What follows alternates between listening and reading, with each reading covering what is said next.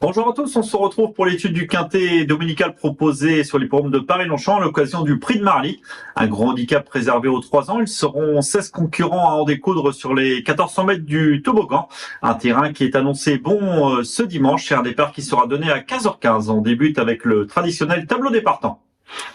Avec comme top weight le numéro 1, Matakien, pensionnaire de Jean-Claude Rouget, qui a laissé entrevoir des moyens à l'âge de 2 ans. Il a effectué une rentrée honorable. Après avoir patienté, il a conclu honorablement en léger retrait des premiers. Il est hérité du numéro 1 à la corde.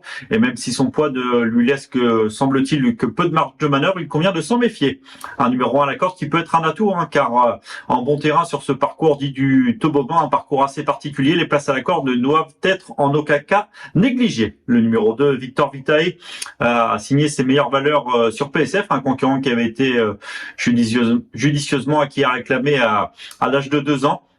Sa plus récente tentative comporte des excuses dans un quintet disputé sur PSF. Il a joué de malchance derrière une rivale qui s'était blessée dans le tournant. Il a été contraint de prendre ce dernier tournant au large et n'a pu se montrer menaçant dans la phase finale.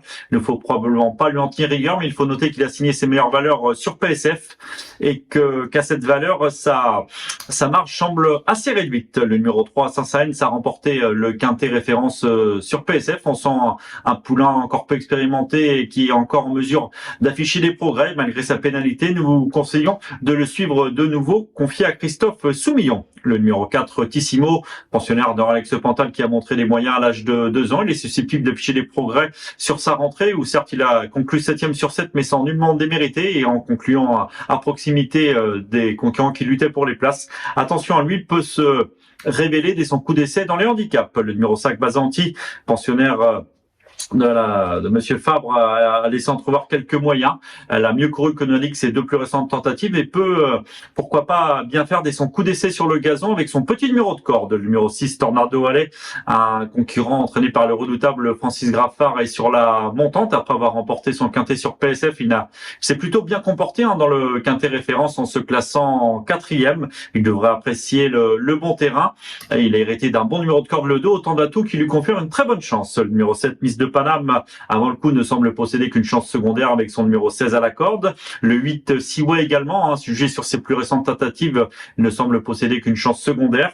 On passe au numéro 9, Mélusine Duhoulet, autre atout du Deauvillais Yann Barbero, une concurrente qui n'a jamais déçu depuis ses débuts. Elle aligne les bons classements aussi bien sur PSF que sur le gazon. En dernier lieu, elle n'avait pas hérité d'un très bon numéro de corde, mais c'est néanmoins bien sorti. Une nouvelle fois, elle n'a pas été gâtée avec son 15 à la corde, mais faisons confiance à Christiane Desmureaux pour lui donner le meilleur des parcours. Et si tel est le cas, elle devra à nouveau jouer un bon rôle et s'immiscer dans la bonne combinaison. Le numéro 10, Metcho Sugar, a prouvé sa forme en province et tentera de jouer les troubles faits. On passe à la seconde moitié de ce tableau avec le numéro 11, Palladio, un concurrent qui reste sur 2 tentatives honorables en ligne droite et qui va tenter de bien faire pour son retour sur un tracé avec tournant. Il tentera de jouer les troubles faits. Le numéro 12, Square d'Anvers, qui avait remporté assez plaisamment son handicap lors de son avant-dernière sortie, c'était sur les 1600 mètres de Saint-Cloud. Depuis, sur la PSF de Chantilly et sur la distance de 1900 mètres, il n'a pu jouer les premiers rôles sans toutefois démériter.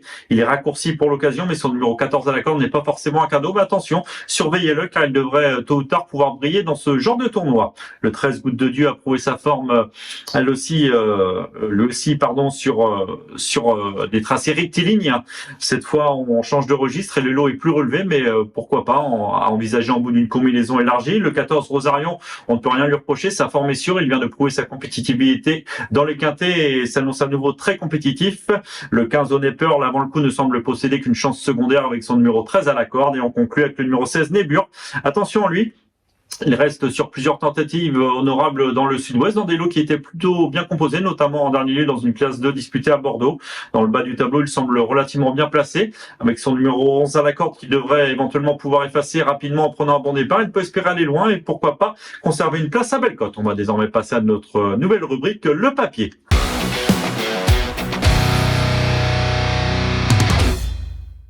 Le papier, l'étude de nos 5 préférés pour ce quintet est proposée dimanche à Longchamp avec tout d'abord le numéro 6, Tornado Alley. Nous avons une stat à son sujet, c'est sa réussite en 2026, un concurrent qui est sur la montante. Il a couru à 3 reprises cette saison pour une victoire et 2 places, soit 100% de réussite dans les 4 premiers. Ses plus récentes tentatives avaient lieu sur PSF, mais le bon terrain qui devrait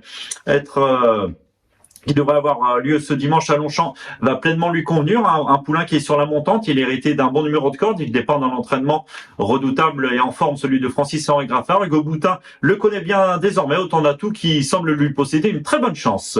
Nous penserons également au numéro 3, Saint-Saëns, un lauréat du quintet référence. On peut le revoir à l'image, c'était le 16 mars dernier sur la PSF de Chantilly. Après avoir patienté à mi-peloton en dedans, il va se montrer le plus fort. Vous pouvez le revoir à l'image avec sa casaque violette, il va se montrer le plus fort après la ligne droite pour devancer Rosarion qui avait lui aussi pu progresser en dedans après avoir patienté sur une 3e ligne, qui se classait net 2e. Mélusine Dioulay terminait très correctement à la 3e place, elle aussi avait pu progresser en dedans, le wagon de la corde qui était le bon dans cet événement. Tornado Alley qui avait été contraint de négocier le tournant en épaisseur se comportait bien jusqu'au bout pour s'assurer la 4e place. Bazanti concluait honorablement en léger retrait à la 8e place, alors que Victor Mitae, qui je vous le répète avait joué de malchance suite à la blessure d'une de ses rivales, devait se contenter de la 14e place après avoir baissé de pied dans la phase finale. Donc ce Saint-Saëns l'a bien fait en cette occasion, un poulain qui est encore en mesure d'afficher des progrès, si bien que malgré ses pénalités, il peut espérer confirmer sous la selle de Christophe Soumillon. Nous penserons également au numéro 14, Rosarion, un pensionnaire de Michael Delzang qui aligne les bons classements, aussi bien sur le sable que sur le gazon. Nous avons une stat à son sujet également, c'est sa réussite avec Antoine Ablan. 3 associations pour 2 pour autant de places, soit 100% de réussite dans les 3 premiers. Il vient de prouver qu'il avait la pointure au niveau quintet. Le changement de surface avec un bon terrain ne devrait nullement le déranger. Il est hérité du numéro 8 à la corde et s'annonce à nouveau très compétitif. Il faudra également compter avec le numéro 4, Tissimo, attention à lui, un pensionnaire d'Orex Pantal qui a montré des moyens à l'âge de 2 ans. Une tentative de rentrée la plus récente qui lui aura certainement fait le plus grand bien. Attention à lui, un poulain qui est certainement en forme ascendante et qui devrait tôt ou tard pouvoir briller dans ce genre de tournoi. Associé à Tony Picon et la corde de 7, il semble posséder une chance très régulière. Et enfin, on conclut notre sélection avec le numéro 5, Bazanti, une concurrente qui a mieux couru que Neonix et de plus récents classements. Elle débute sur le gazon, mais cela ne devrait pas la déranger. La montre du très habile Alexis Pouchin, un bon numéro de corde, le 5, ce qui nous incite à la méfiance. Elle peut espérer s'illustrer dès son coup d'essai sur cette surface. Nous allons désormais passer à notre nouvelle rubrique, notre choix.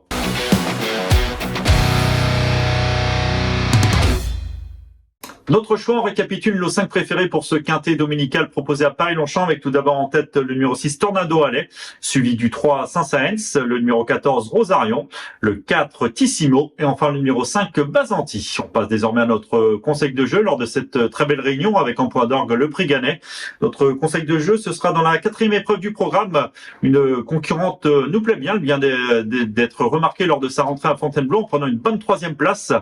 Au prix d'un bel effort final. Elle semble très bien placée au poids dans cette course à condition sous 54,5 kg. Elle a hérité d'un bon numéro de corde, le 4, un atout sur ce tracé. La montre de Michael Barzalona, elle peut espérer briller dès son coup d'essai sous l'entraînement de Gérald de Mossé. Il s'agit du 411 Atlantic Ways. Cette émission touche à sa fin en espérant avoir été complet. Nous vous souhaitons de bons jeux.